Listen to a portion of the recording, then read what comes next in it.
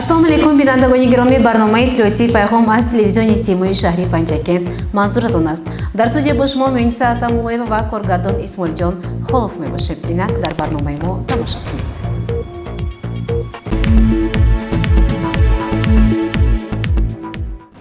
در کلیج آموزگاری شهری پنجکент ملاقات نامزدها با وکیلی مجلس وکیلان خلق ولایت سوخت از حوزه انتخاباتی رقم 23 و مجلس وکیلان خلق شهری پنجکent از حوزه انتخاباتی سوزانگران تحت رقم 8 برگزار گردید. تفصیلاتی بیشتر در گزارش نخستین برنامه اطلاعاتی پیغام.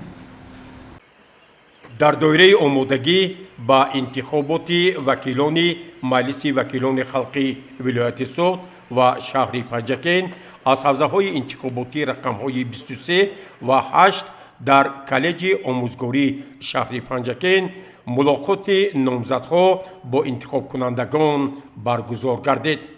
اعضای کمیسیون حوزوی سنگینов حاضرین را با رفت آمادگی با انتخابات در پیش ایستاده شناس کرد.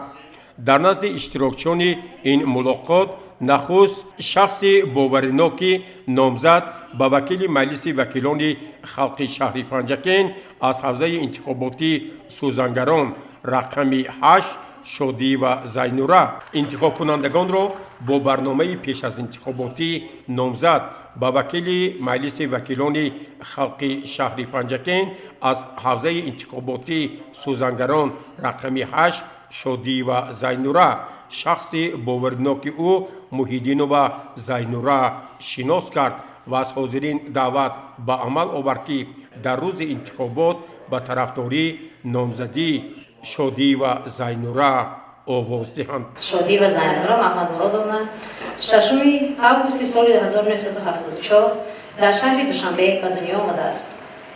سال 1991 به فاکولته متماتیک دانشگاه دولتی آموزگاری تاجیکستان با نام قندیل جورک داخل شده آن را سال 1997 ختم نموده است. فعالیت مهنتیش را از 1 فوریه سال 1993 به حیث معلم فن متماتیک و فیزیک در مکتب تحصیلات میانه عمومی رقم 34 شهر پنجکent آغاز نموده است. از 1 فوریه سال 1994 تا 25 می سال 2005 آموزگاری مکتب تحصیلات میانه عمومی رقم 71 شهر پنجکent از 25 می سال 2002 تا 3 سپتامبر سال 2007 جانشین دیرکتوری مکتب تحصیلات میانه عمومی رقم 71 شهر پنجکent سال 2008 متدیست اداره تحصیلات میانه و عالی کسبی مرکز جمهوری تعلیمی و خودی نزد وزارت معارف جمهوری تاجیکستان از 1 فوریه سال 2013 تا 1 سپتامبر سال 2014 مدیر شعبه تحصیلات عالی و بعد دیپلمی مرکز جمهوری تعلیمی و متدی نزد وزارت معارف جمهوری تاجیکستان از 1 سپتامبر سال 2014 آموزگاری کالج آموزگاری شهر پنجکent از 1 سپتامبر سال 2015 مدیر کافدرای متماتیک و تبعیت شناسی کالج آموزگاری شهر پنجکent از 16 سپتامبر سال 2016 تا با جانشین دیرکتور عاید به تعلیم و تربیه می باشد. دارنده نشان سرسینگی اعلاچی معارف تاجیکستان و افتخارنامه وزارت معارف جمهوری تاجیکستان عائله‌دار صاحب 2 فرزند. درباره برنامه‌های پیش از انتخاباتی نامزد با وکیل مجلس وکیلان خلقی ولایت سوخت از حوزه انتخاباتی رقم 23 و نامزد با وکیلی مجلس وکیلان خلقی شهری پنجکent از حوزه انتخاباتی سوزانگران رقم 8 اجرا کننده وظیفه رئیس شهری پنجکent عبدالخالق خالقزاده شخص باورناک نامزد حکیمبای محکمov معلومات مفصل داد و از انتخاب کنندگان احترامانه خواهش نمود که در روز انتخابات به طرفداری این نامزدی ارزنده رای دهند. از حوزه انتخاباتی سوزانگران رقم 8 خالقزاده عبدالخالق سنابر شما را با معرفی‌نامه تحریز گردیده و خیلی کوتاه کرده شده نامزد شناس می‌نمایم. محترم خالقزاده عبدالخالق سنابر 15 ایل سال 1961 در شهر پنجکent 6 بالین هستی شدند و سال 2003 دانشگاه ملی تاجیکستان را با دیپلم اعلی از روی اختصاصی حقوقشناسی خدمات انداز گمرک سال 2017 دانشگاه دولتی تجاری تاجیکستان را با اختصاص اقتصاددان بین‌المللی و سال 2019 دانشگاه بین‌المللی تجارت و اقتصاد جمهوری خلق خیتای را با اختصاص ماجستر امرار اقتصادی ختم نمودند. اعضای حزب خلق دموکراسی تاجیکستان میباشد. فعالیت مهنتی محترم خالقزاده عبدالخالق صنعت سال 2003 پس از ختم دانشگاه ملی تاجیکستان و حیث یاردمچی ادوکاتوری ناحیه شامنصور شهر دوشنبه آغاز می شود.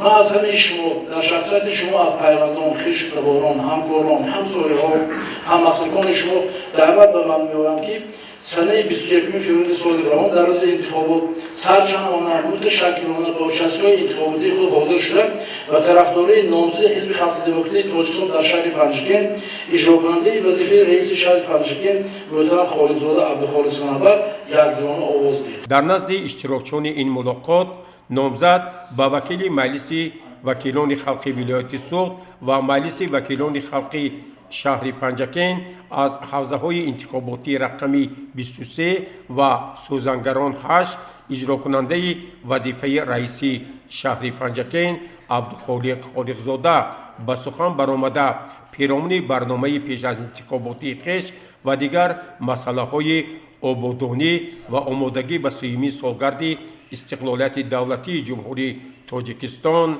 سخن گفت. من چون نامزد مجلس محلی وکیلان خلق شهر پنجگین تصمیم گرفتم که به خاطر پیشبرد سیاست پیش گرفته اساسگذار صلح و وحدت ملی پیشوای ملت پرزیدنت جمهوری تاجیکستان جناب عالی محترم امام علی رحمان آبادکاری و سازندگی و برای رشد و استوار اقتصادیات شهر و دهات پنجگین که از برنامه حزب خلقی دموکراسی تاجیکستان و سیاست استوارانه حکومت مملکت سرچشمه گرفته است مقصد گذاشتم که توسط عملی نمودن نقشه های بنیادکارانه و سازنده ایجاد تفکر عالی آداب و فرهنگ شهرداری موقع بشردوستی و صلح‌خواهانه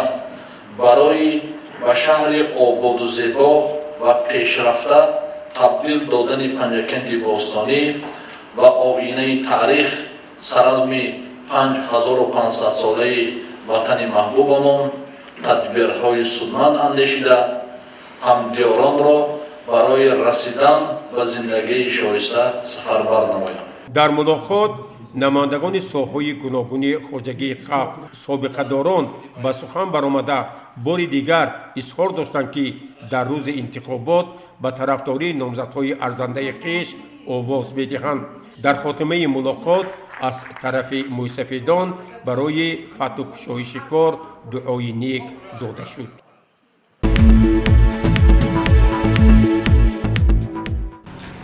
گروه ترغیبات و تشویقاتی از حساب کارمندان مسئول کمیته اجرایی حزب خلقی دموکراسی تاجیکستان در شهر پنجگین در جماعت دهاتی خرمی علاقمند به پیام اساسگذار صلح و وحدت ملی پیشوای ملت پرزیدنت جمهوری تاجیکستان محترم امام علی رحمان با مردم ملاقات نمودند. گزارش خبرنگاران ما یزن قلمالونов و شاه حسین صالحов از همین خصوص.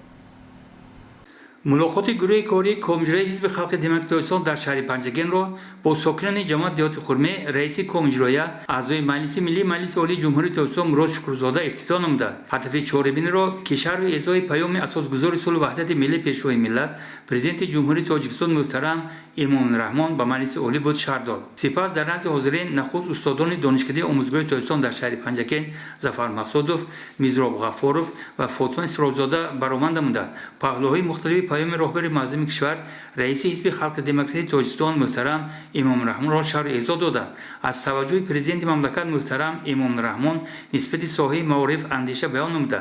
تاکید داشتند که محض همین سیاست است که هر سال مؤسسه‌های زیادی تعلیمی بنیاد می‌گردند.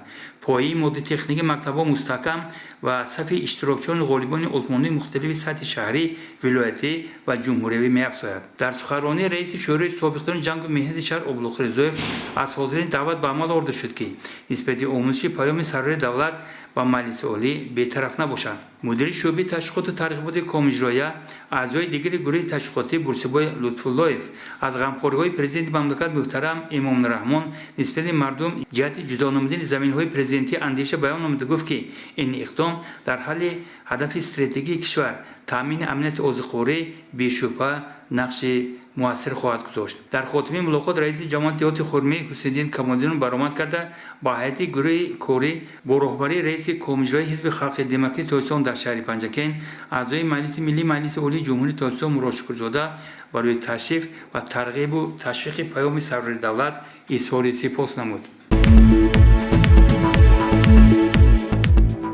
در اساس سپارش اجرا کننده وظیفه رئیس شهر پنجکند عبدالخالق خالقزاده در یک قطار جماعت‌های دهات کشتی کارتوشکا با موفقیت ادامه دارد. از رفت کشتی کارتوشکا و آمادگی به فصل بهار گزارش خبرنگاران ما از جماعت دهاتی خلیفه حسن آماده شده است. توجه نمایید.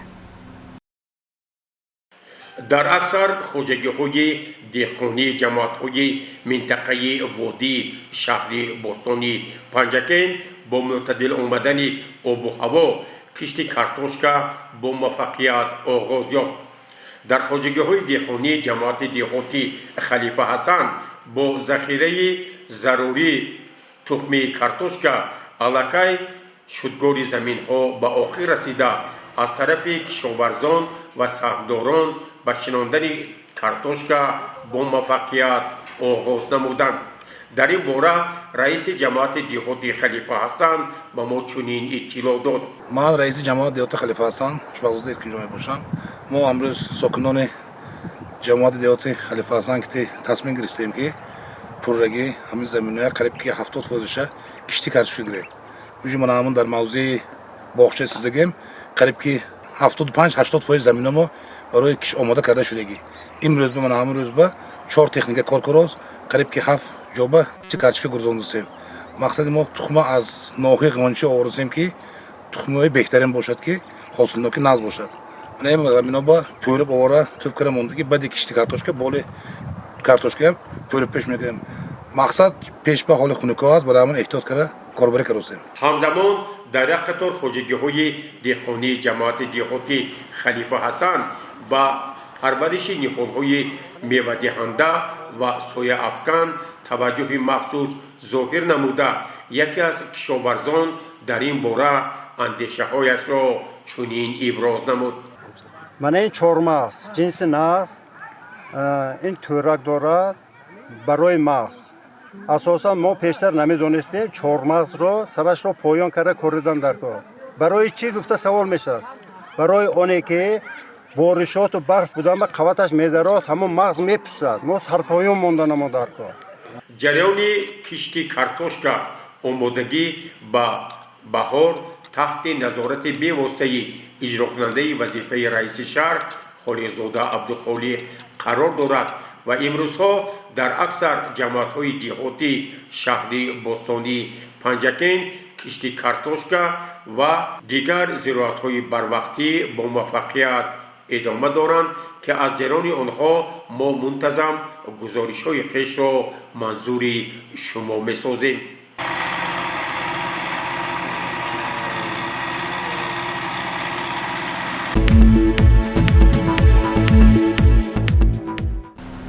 ادامه برنامه اطلاعاتی پیغام. در اساس نقشه کاری کمیژرایی حزب خلق دموکراسی تاجیکستان در شهر پنجکند در مؤسسه تحصیلات میانه عمومی رقم 4 جماعت دهاتی سرازم جمع آمد دایر گردید. گزارش خبرنگاران ما از محتوای این چاره‌بینی نقل می‌کند. توجه نمایید. در ملاقات کارمندان مسئول کمیژرایی حزب خلق دموکراسی تاجیکستان در شهر پنجکن که آن در مؤسسه تحصیلات میانه عمومی رقم 4 جماعت دهاتی سراز برگزار شد، یک چند مسئله مهم روزگار امروزه مورد گفتگو و خلاصه برآوری قرار گرفت. در افتتاح ملاقات رئیس کمیژرایی اعضای مجلس ملی مجلس عالی جمهوری تاجیکستان مراد شکرزاده برآمد یادآور شد که چاره‌بینی مذکور در اساس نقشه کاری راه اندازی می شود. بعدا مولود توجیه و مدیر شعبه کار با بانوان کمیژرایی سخن گفته از بهای بلند راهبر معظم کشور محترم امام رحمان و بانوان که در پیام امسالشان با مجلس عالی صدا داده بود یادآور شده.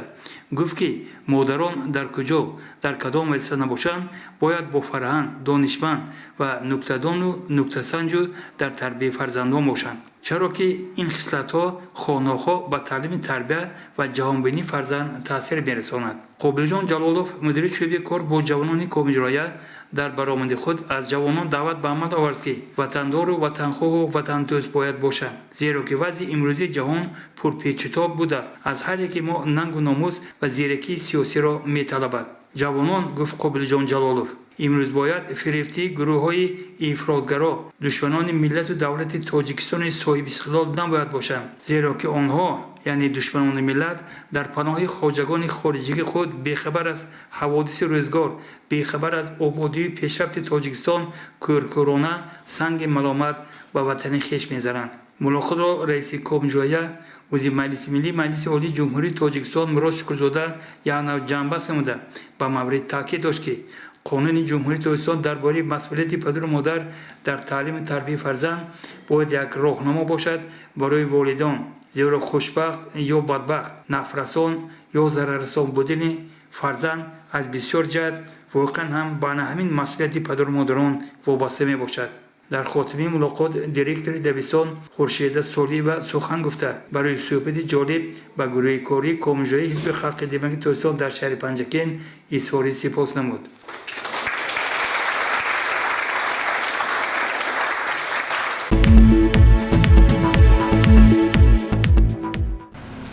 ساکنان شهر و دهاتی پنجکент новобаста ба вазифа ва сину сол дар радифи нашрияҳои дигар ҳамзамон ба моҳвораи мо обуна мешаванд. ба мусоҳибаи мо таваҷҷӯҳ намоед. من قماروف تویچی باشنده کوچه سعدی شیرازی 169 من سن سالم به 90 رسید. سابقه دار معارف و علاجی معارف خلق می باشم. من در سن سالم نظر نکرده و روزنامه مجله ها حواس دارم که خوانم و لذت برم.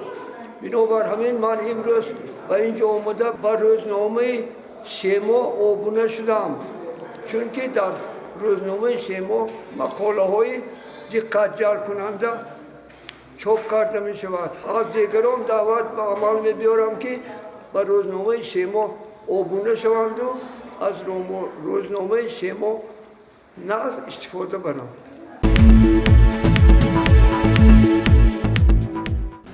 барномаро идома медиҳем. нархи молу маҳсулот дар бозорҳои шаҳру деҳоти панҷакент дар кадом сатҳ қарор дорад? гузориши дигари барномаи мо ба ин сол посух мегӯяд. гурӯҳи иҷодии телевизиони симо дар як қатор бозорҳои деҳоти панҷакент бо нархи маҳсулот шинос гардид. зимни суҳбат фурӯшандаҳо дар бораи маҳсулот ба мо чунин иттилоъ доданд.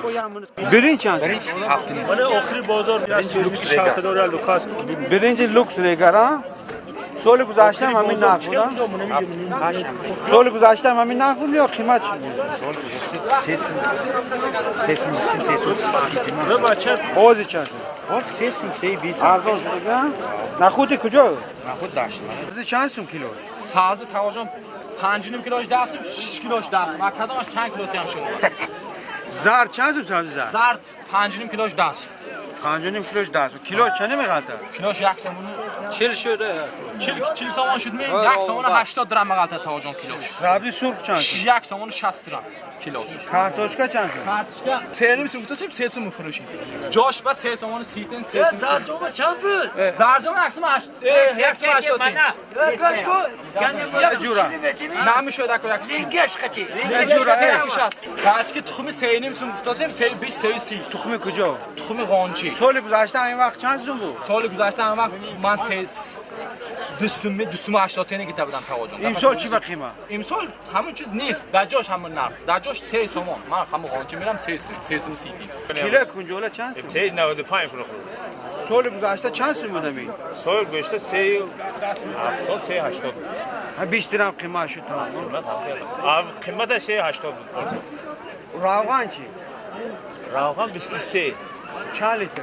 و 8 لیتر لیترش بیشتر شما 123 سومون بکلاشکی 8 لیتر 8 کیلو 8 کیلو 8 کیلوش 123 شما نه اپتوم میآورید نه همین خودتون میبرید من یکم دستم اور چند اور 25 35 آلمان اور ده همین اور ده همین اور یکم چند شو وش اور نونبویش 35 سو اور دی نون کرم خوردگی 25 اور دویم کی اور دویم 200 200 شما oradan قیمت شدن سال گذشته ایجا سال گذشته این بازار قیمت شد سال گذشته چند بود همین 8 لیتر 80 سو 85 آوازی چند سو؟ آوازی 35 نرخ سیب 7 سو فرخوزی سیبی سوق چند سو؟ سیبی 6 سو فرخوزی سیبی کبود چند سو؟ اینم 6 سو فرخوزی سیبی زرد چند سو؟ باش اگه عروض فداش میشم ارزان‌تر برای خریدار دیده گامزینده انجام چه موزه سنجه فرخوزی انگور چی؟ انگور 6 سو فرخوزی همین چند سو من همین سیبی سو؟ ده ها؟ همین سال گذشته چند سو بود؟ سال گذشته 7 8 بود. چی به قیمت شد؟ چون این درخت 3 ساله سالش فرق میکنه. نه هم سال گذشته 3 سالش 5 سو بود. 3 ساله نبود. پارسال 2 ساله بود. ها. حرکتش دام بود. قیمت نشده نسبت به سال گذشته. ها؟ درخت سیبا 8 سو. باشی داره شما. یک دیگه نشون بده نرخش. سیب زرد. من سیب زرد چند ساله؟ 3 ساله. 7 ساله. چند ساله این؟ 2 ساله. چند ساله چی خیلی؟ روغنی گل. صورت‌ها یه چه بینی؟ صورتش هست. کنی. اینجا مامان مردم هست. با چی داره؟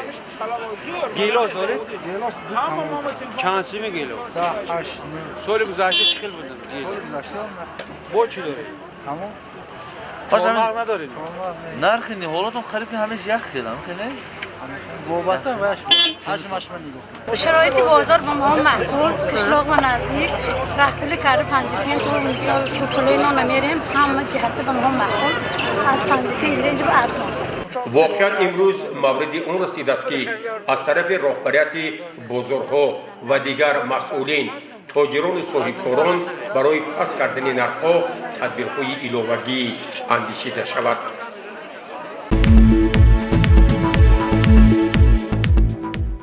در دایره اعلان گردیدن سالهای 2020-2040 20 ساله آموزش، رشد فن‌های طبیعت‌شناسی دقیق و ریاضی در مؤسسه تحصیلاتی میانه عمومی رقمی 25 شهرک سغدیان در سیکوشات برگزار گردید. تفصیلات بیشتر در گزارش خبرنگاران ما دلشاد حلیمова و خیام جرایف. در مؤسسه تحصیلات میانه عمومی رقم 25 به نام اکادمیک باباجان غفوروف شهرک سغدیان در موضوع خاصیت فیزیکی و شیمیایی فنولها درس کشاد برگزار شد. درس کشاد با اقدام آموزگار جوان و لایقتمند خواجمов بهرلا با اشتراک خوانندگان صنف 10 گذرانیده شد. خوانندگان به 4 گروه تقسیم شدند. من صدر گروه یکم یاریم و امیه ما به خلاصه آمدیم که دسته خود را کربوهیدروژن گذاریم. کربوهیدروژن پیوستگی ارگانیکی می باشد که از دو المنت ترکیب یافته است، کربن و هیدروژن و فرمول عمومی آنها CN H2N+2 می باشد. کربوهیدروژن ها را به گروه های زیرین تقسیم می کنند: کربوهیدروژن های سیر، کربوهیدروژن های ناسیر، کربوهیدروژن های حلقگی و کربوهیدروژن های پارافین ها. من اسماعیلزاده پروینه سردار گروه سیوم می باشم. ما تصمیم گرفتیم نام دسته خود را آب گذاریم برای آنکه با تشبوس اساسگذار صلح و وحدت ملی پیشوای ملت محترم امام علی رحمان 10 ساله بین‌المللی آب برای رشد استوار سال 2018 سال 2028 را اعلام گردانده.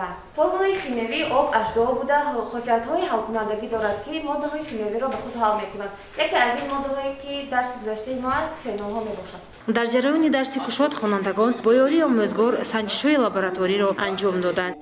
ترجمه مولنوم دارد بیرانکنی مولده‌ها از تاثیر هیدروژن ناتری. یکم با یک ظرف با این ظرف کمی مقداری آب میگیریم. با ظرف‌های دیگر هم کمی مقداری آب را میگیریم.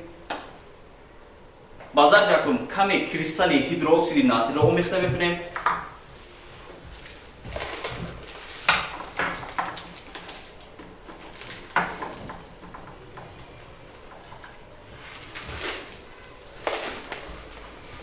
барои зудтар ҳал шудани кристаллҳои ҳидроксид натри мо ба воситаи ҳамин асбоб барои ҳал кардан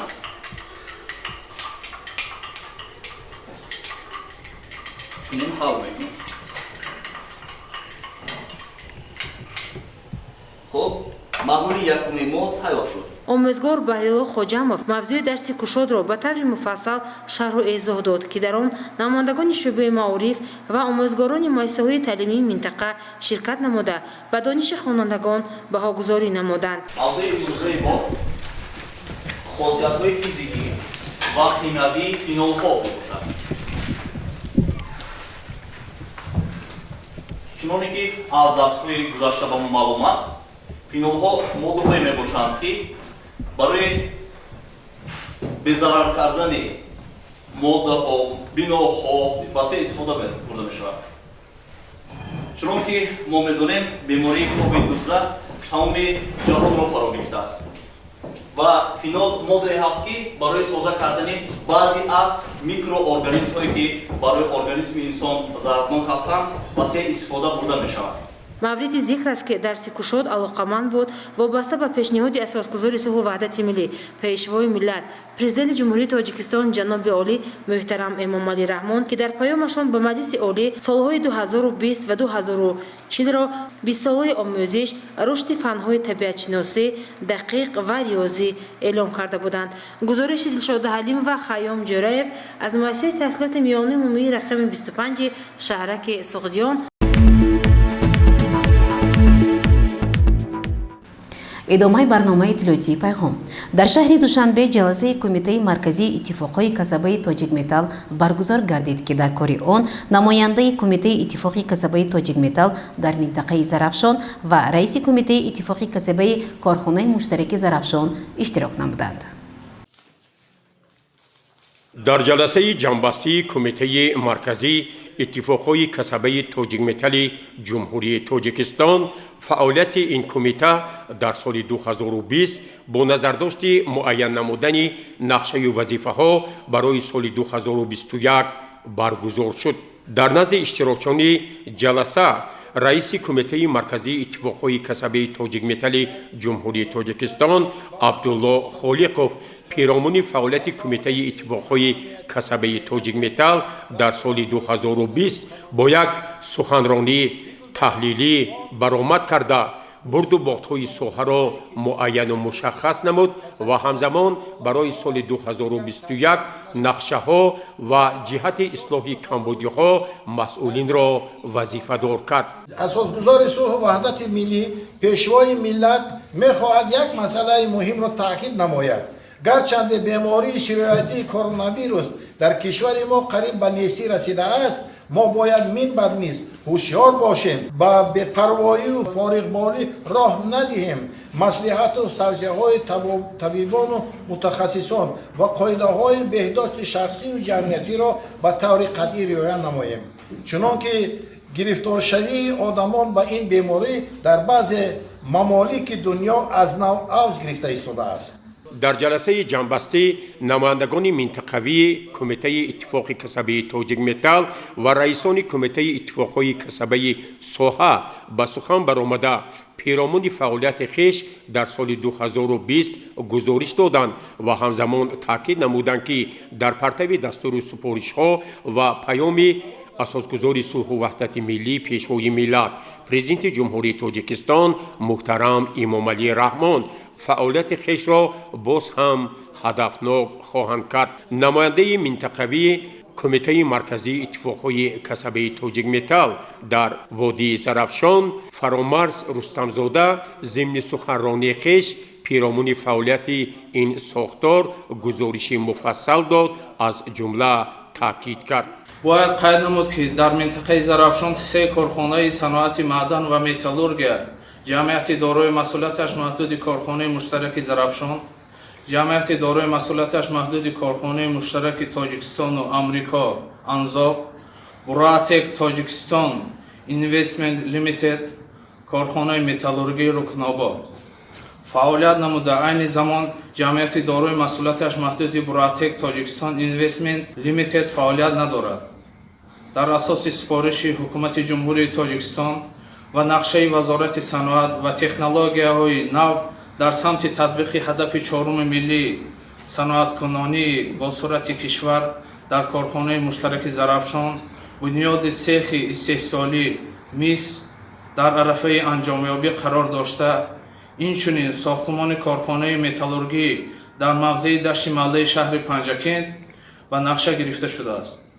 Ногуфта намонам ки бо фаъол шудани дигар корхонаҳои саноатии соҳа, зиёд гардидани шумораи кормандон, тибқи шартномаҳо, масъалаи ба аъзогии иттифоқи касаба шомил шудани онҳо дар нақша пешбинӣ шудааст. дар нимсолаи аввали соли равон бо ташкили мулоқоту суҳбатҳо барои қабули аъзои нави иттифоқи касаба аз ҳисоби кормандони мутахассисон ва нафароне ки ба кори муваққатӣ ҷалб шуданд тадбирҳои мушаххас андешида мешавад. тибқи натиҷаҳои ҷамъбасти соли 2020 ба санаи 1 январи соли 2021 ташкилотҳои иттифоқи касабаи тоҷметалл дар минтақаи зарафшон 2959 нафар аъзоро муттаҳид менамояд. дар ҷаласа аз рӯи ҳамаи масъалаҳои муҳокимашуда қарорҳо қабул гардиданд. дар ҷаласаи ҷамъбастӣ раиси федератсияи иттифоқҳои касабаи мустақили ҷумҳурии тоҷикистон неъматзода маликшоҳ иштирок варзида дар бораи фаъолияти ин соҳа аз ҷумла шукргузорӣ аз давлати соҳибистиқлоли ҷумҳурии тоҷикистон, рисолати таърихии асосгузори сулҳу ваҳдати миллӣ, пешвои миллат, президенти ҷумҳурии тоҷикистон муҳтарам Имомалӣ Раҳмон давоми 30 соли истиқлолияти давлатӣ сухан гуфт ва ҳамзамон изҳор дошт ки мо бояд дар партави дастуру супоришҳо ва вазифагузориҳои пешвои муаззами миллат муҳтарам Имомалӣ Раҳмон ки санаи 24 октябри соли 2019 дар мулоқот бо фаъолони иттифоқҳои касаба муқаррар карда буданд фаъолияти хешро боз ҳам густариш бахшем ва ҷиҳати баландбардоштани мақоми иттифоқҳои касаба саҳм гузоштан дар татбиқи ҳадафҳои стратегии мамлакат аз ҷумла саноатикунонӣ бо суръати кишвар, таъмини ҷойҳои нави корӣ, ҳимояи ҳуқуқҳои қонунӣ коргарон ва истиқболи сазовори 30-мин солгарди истиқлолии давлатии ҷумҳурии тоҷикистон саҳми арзандаи хешро гузорем. дар хотимаи ҷаласаи васеъ ба фаъолони кумитаи иттифоқи касабаи тоҷикметалл дар шаҳру ноҳияҳо, вилоятҳо ва минтақаҳо сипосномаҳо ва тӯҳфаҳои хотиравӣ тақдим гардид.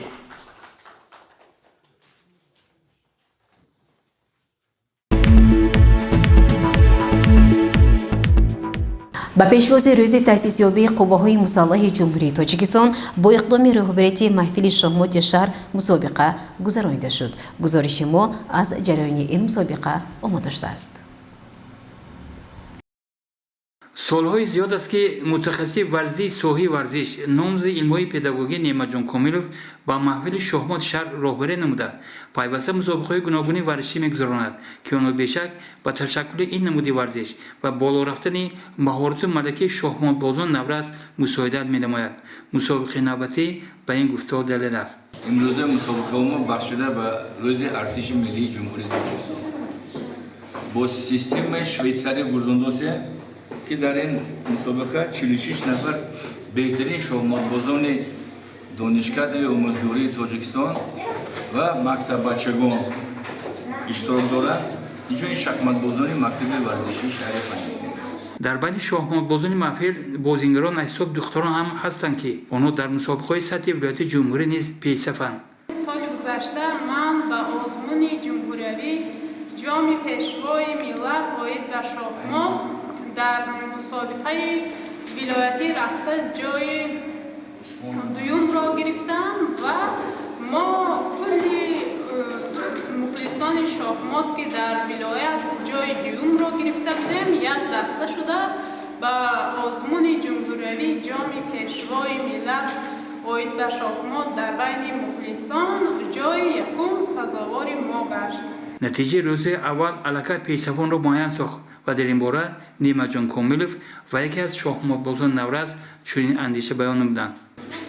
4 тури دیگه میشد در 3 توری پیش بچه‌ها من از مکتب 71 رومیس 3 خول پیش صف است علیشیر مسعید با 3 خول اختیار 3 خول اینو از نامبرده از مکتب 71 اینچنین یوسف علی اکبر مکتبی رقم 1 بس دانشجوی دانشگاه عمومی تاجیکستان قربانov ظریف جان 3 خول داره امونov محمد شریف از مکتب رقم 15 صنف 9 همینو پیش صف است من هندارو رومیس خانواده صنف 10 مؤسسه تحصیلات عمومی رقم 71 در آینده میخوام که در آزمون‌های ولایتی اشتراک نموده جایگاه نمونه‌ها را شما بامم و پنجکن پاسونه خودمان را معرفی نمونم.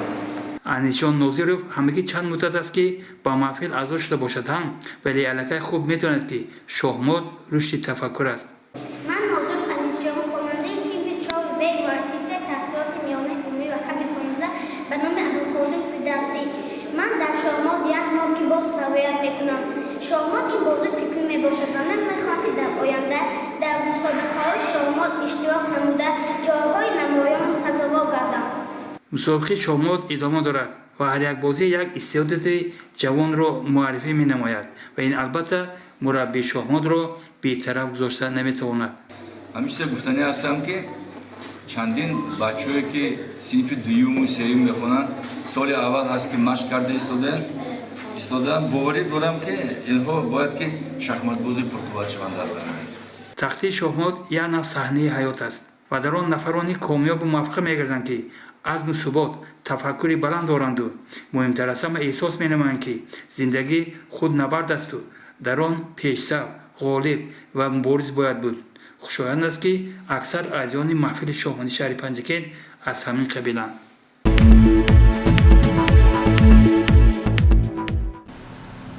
бинандагони азиз ҳоло бошад ба якчанд гузоришҳои ҳамкасбони мо аз дигар шабакаҳои телевизионӣ манзуратон мегардад. мардуми вилояти суғд ба тӯи 40 нафара одат намуданд. ин маълумотро бархе аз аҳолии вилоят зимни суҳбат бо намояндагони шӯъбаи дин, танзими анъана ва ҷашну маросимҳои мақомоти иҷрои кумитаи давлатии вилояти суғд иброз доштанд. ин суханро соҳроб рустамзода мудири шӯъбаи дин, танзими анъана ва ҷашну маросимҳои мақомоти иҷрои кумитаи давлатии вилояти суғд зимни нишасти хабарӣ ба рӯзноманигорон иброз дошт. баъзеҳо мегӯянд ки мо одат кардем бо ҳамин 40 нафара. ҳамин тамоми 3 рӯз аст ки мо якҷоя бо камиси доимӣ ҳамина дар тӯйхонаҳоям рейдҳо назорати ҳамин рафти баргузорӣ кардем. таъкид гардид ки танзими анъана масъалаи нозук ба ҳисоб рафта мардум хислати тақлидкорӣ доранд. намояндаи ин ниҳод зимни нишаст аз гуфтаҳои мардум иброз дошт ки гузаронидани тӯй дар доираи 40-50 нафар хуб буда камхарҷ низ ба ҳисоб меравад. ҳазор накунем мо гӯем ки ҳамина камхарҷ кунем лекин бор мешад хароҷоти зиёд мешад. мо ба чашммо дидем мардум мегӯяд ки ҳамин 40 нафар ха 50 нафар 40 нафар ҳозир ҳамин тартибе ки шуд барои мо кифоят. бовар кунед ҳамин гап ҳаст. мо бояд ҳамин хел кунем ки имрӯз мардум ба ҳамин 40 нафар одат кард. ба овозаи гӯё дар вилоят барои гузаронидани тӯйҳо ба таври пеш аз вирусӣ иҷозат шудааст. намояндаи шӯъбаи дин, танзими анъана ва ҷашну маросимҳои мақомоти иҷрои кумитаи давлатии вилояти суғд рад намуда гуфт ки ҳоло қарори ситуди ҷумҳуриявӣ ва маҷлиси дастурии ҳукумати ҷумҳурӣ ба тавсиб нарасидааст. ӯ афзуд ки гузаронидани тӯй дар доираи 40 нафар муқаррар шуда тағйири иловаҳо ворид нашудааст. یعنی 150 این بعد 200 نفر گوش دادن به حالی این موردی عمل قرار نگرفته است. ҳамчунин зимни нишасти хабари оид ба сироят ва гирифтории ходимони дин ба бемории сироятии коронавирус сухан рафт. намояндаи шӯъбаи дин, танзими анъана ва ҷашну маросимҳои мақомоти иҷрои кумитаи давлатии вилояти суғд таъкид дошт ки давоми соли 2020 аз таъсири бемории коронавирус як нафар ходими дин имоми масҷиди панҷвақта аз ноҳияи Ашт ба ҳалокат расидааст. аммо шумораи гирифторон ба ин беморӣ дақиқ гуфта нашуд. оид ба паҳлӯҳои дигари нишасти хабарӣ намояндаи шӯъбаи дин, танзими анъана ва ҷашну маросимҳои мақомоти иҷрои кумитаи давлатии вилояти суғд дар гузоришҳои минбаъда иттилоъ хоҳем дод. гузориши Саид Мухтори Саиданвар, Наимдон Айбов барои барномаи иттилоъотии хабар.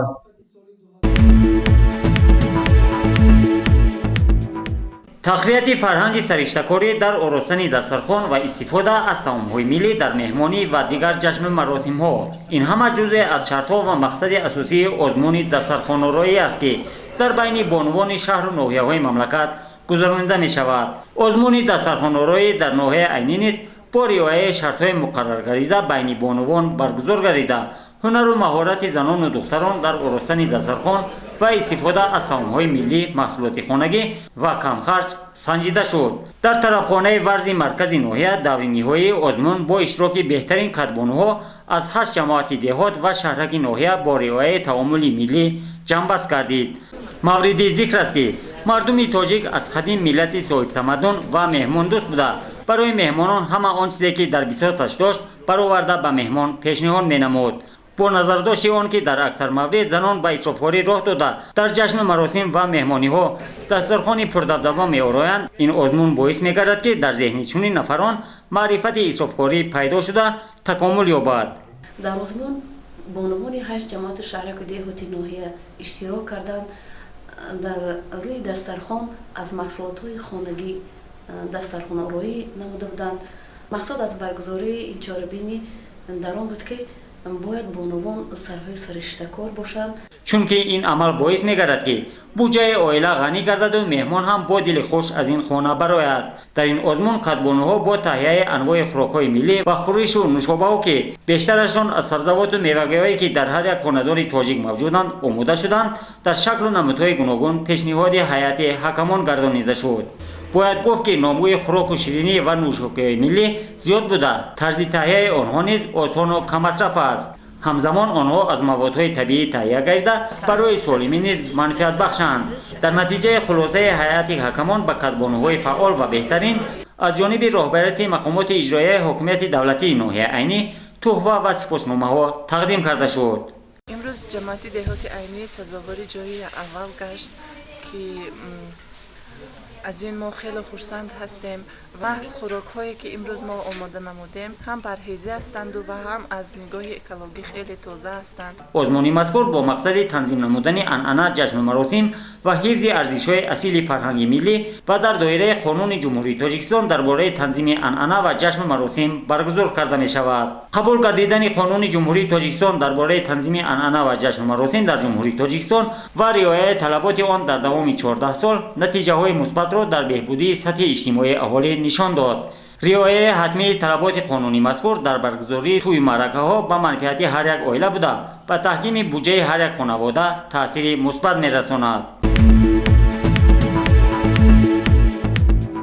با دستگیری حکومت مملکت در ناحیه کوهستان مسجح که از زمره منطقه‌های دوردست کشور محسوب می‌یابد، در زمان صاحب استقلالی جمهوری تاجیکستان کارهای سازندگی و آبادانی و بنیادی یک قطار انشاءاتی معیشی و اجتماعی روز از روز وسعت می‌یابند. در اساس دستور و هدایت‌های اساسگذار صلح و وحدت ملی پیشوای ملت پرزیدنت کشور محترم امام علی رحمان و اقدام مقامات اجرایی حکومت دولتی ولایت سوخت بنیاد یافتن شهرک زیبا و زمانوی همچون مرکز مأموری ناحیه از جمله اقدام‌های نجیب و سازنده در ناحیه کوهستان مسجح میباشد. لایحه بنیاد شهرک مهران که در زمین‌های بیکار خوابیده دشت دهه راگیف بنیاد گردیده است از جانب جمعیت دارای مسئولیت محدود سوخت شهرآفر تحریزی شده شهرک در مساحت زیاده از 21 هکتار بنیاد گردیده است.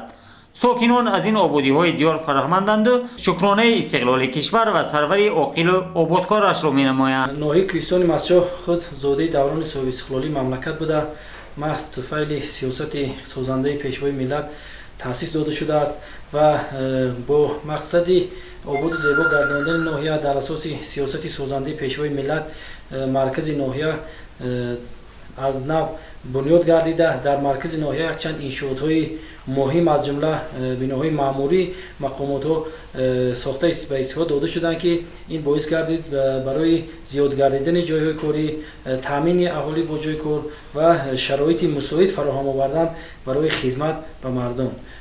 در دایره آمادگی ها به استقبال جشن 30 سالگی استقلال دولتی جمهوری تاجیکستان در حدود ناحیه بنیادی 108 انشاءات تعییناتی گوناگون، مؤسسه‌های تعلیمی، مرکزهای سلامتی، بنگاه‌های طبی، نقطه‌های خدمت‌رسانی و سودا، برقرارسازی و نفتسازی جویبار، خط آبی نوشاکی و پالیزی برای به گردش کشاورزی وارد نمودن زمین‌های بیکارخوابیده به نقشه گرفته شده تا امروز 79 عدد آن مورد بهره برداری قرار داده شده است. به واسطه با دستگیری حکومت جمهوری تاجیکستان یک چند انشاءات‌های گوناگون از جمله مؤسسه تعلیمی برای 450 خواننده در یک بس از حساب درکس انشاءات‌های حکومتی دستگاه اجرایی پرزیدنت جمهوری تاجیکستان در مرکز ناحیه در همین سال ساخته مورد استفاده بری قرار داده می شود. اینجوری از حساب وزارت معارف و علم جمهوری تاجیکستان در دهی دشت مکتب برای دارای 10 صنفخانه برای 240 خواننده ساخته مورد استفاده بری قرار داده می شود. تنها سال 2020 در دایره سالهای رشد دهات، سیاحی و هنرهای مردمی در ناحیه 24 انشاءات ساخته به استفاده داده شده است که در بهتر سطح خدمترسانی در دهات و تأسیس جایهای کاری نو زمینه می‌گذارد. در اساس دستور و هدایت‌های پیشوای ملت محترم امام علی رحمان با مبلغ‌گذاری حکومت مملکت، مقامات اجرایی حکومت دولتی ولایت سوخت و ناحیه و سهمگذاری صاحبکاران و ساکنان وطن دوست، امروزها بعد انجام یک قطار کارهای ساختمانی به نقشه گرفته شده در مرکز معموری ناحیه شهرک نوبنیاد مهران و دهه‌ها کارهای آبادانی ادامه دارند. برای سزاوار پیشواز گرفتن جشن 30 سالگی استقلالیت دولت عزیزمان همه ساله در ناحیه دوردست کوهستان مسجد ساختمان و تعمیر مؤسسه‌های طبی در نظر گرفته شده است. در این دوره در اهم دورترین دهه‌های ناحیه ما که زیاد از 120 کیلومتر جایگیر شده است، بنگاه سلامتی لنگلیف مورد استفاده قرار داده شد که با دستگیری مالیوی آلیانس گلوبالی واکسین ها و حکومت جمهوری تاجیکستان ساخته به استفاده داده شد. اینچنین تعمیر مرکز سلامتی دهات آبردان در این سال روان انجام یافت و مورد استفاده قرار گرفت. ساختمان مؤسسه تعلیمی نو در شهرک مهران برای 450 نفر در یک بست از جانب دیرکس ساختمانی انشاءات حکومتی دستگاه اجرایی پرزیدنت جمهوری تاجیکستان در عرصه انجامیابی قرار دارد. در دهه دشت آبردان باشد با مبلغ‌گذاری وزارت معارف و علم جمهوری تاجیکستان ساختمانی مکتب با 10 صنفخانه برای 240 نفر خواننده ادامه داشته، در دهه ولیعهد بنیاد مؤسسه تعلیمی برای 240 نفر خواننده از حساب بودجه محلی و در دهه پلدارک باشد. ساختمان مؤسسه نوی تعلیمی دوشانه از جانب اداره ساختمان اساسی مقامات اجرایی حکومت دولتی ولایت سوخت به راه مانده شده است. ساختمان مؤسسه‌های نو بنابر نرسیدن جای نشست به محصلین و به طلبات جوابگو نبودن مؤسسه‌های فعالیت داشته ضرور شمرده می شود. مکتب کهنه باشد، هزار خوانندگانی که تحصیل کرده ایستادند به طلبات زمانه جوابگو نه. صنف‌های تنگ، صنف‌های خرد، خوانندگان جای شیش ندارند. همین مکتب نو باشد، تشبوسی اساسگزار اصول وحدت ملی پیشوای ملت جناب عالی محترم امام علی رحمان همین مکتب و همین خوانندگان یعنی که به همین دیار در عرفه 30 سالگی به استفاده می‌دهند. ما خوانندگان این دهه مینداری خود را به پیشوای معظم ملت میرسانیم که چنین غمخوری‌ها بهر نسل نورس جمهوری می نمایند. چنین شرایط ها نداشتیم و با تشبوس و راهبری پیشوای معظم ملت بود که در این دهه مکتب نو ساخته ایستادند. در جواب به این غمخواری های پیشوای ملت ما کوشش خود را میکنیم و کوشش میکنیم که مکتب میانه را با بهای خوب و اعلا ختم نموده و دانشگاه های عالی داخل شده در آینده برای پیشرفتی ملت سهم ارزنده خود را گذارد. برای فراهم آوردن شرایط مشق و تمرین و جلب جوانان به نمودهای گوناگون ورزش، برگزاری مسابقه‌های ورزشی در دهه تبوش میدانچه ورزشی ساخته شده است. در برابر دستگیری‌های دولتی ساکنان دهه استشان جماعت دهاتی لنگر از می‌رسند که در نزد مؤسسه تعلیمی 25 تالار ورزشی زمانوی را با تمام جهاز ضروری ساخته به استفاده دهند. این تالار ورزشی برای گذراندن چهاربینی ها، برای گذراندن درس های تربیت جسمانی و برای گذراندن مسابقه ناحیوی نیز ضرور دانسته می شود. برای تامین 15 دهه ناحیه با برق از دهه سبق تا دهیسار کشیدن خط انتقال برق ادامه دارد. مخابات اجرا حکومت دولتی ناحیه با مقصد سزاوار تجلیل نمودن جشن مقدس 30 سالگی استقلالیت دولتی جمهوری تاجیکستان از تمام وسایل و امکانات‌های موجوده ثمراناک استفاده نموده ایستاده است و خدمتچیان دولتی و تمام مردم ناحیه با مهنت شرفمندانه با مهنت صادقانه خود عزم دارند که 30 سالگی استقلالیت دولتی جمهوری تاجیکستان با دستاویزهای نظررس تجلیل نمایند و برای آبادی یک گوشه دوردست تاجیکستان عزیز سهم خود را گذارند. در این ناحیه بلندکوهی مملکت هوا نسبتاً سرد است. عین حال کارهای ساختمانی در اکثر انشاءات موقتاً باز ایستاده‌اند. با فرا رسیدن دوره گرمی کارها از روی نقشه ادامه می‌یابند. ساکنان تلاش می‌نمایند در محل زیست خویش با شناندن نهالان همیشه سبز و گل و بوته‌های آرایشی اطراف تشکیلات مؤسسه‌ها در آبادانی یک گوشه دیار سهم نظررس گذارند. طبق اطلاع همه انشاءات ساخته شونده تا جشن 30 سالگی استقلال دولتی جمهوری تاجیکستان مورد بهره برداری قرار خواهد گرفت.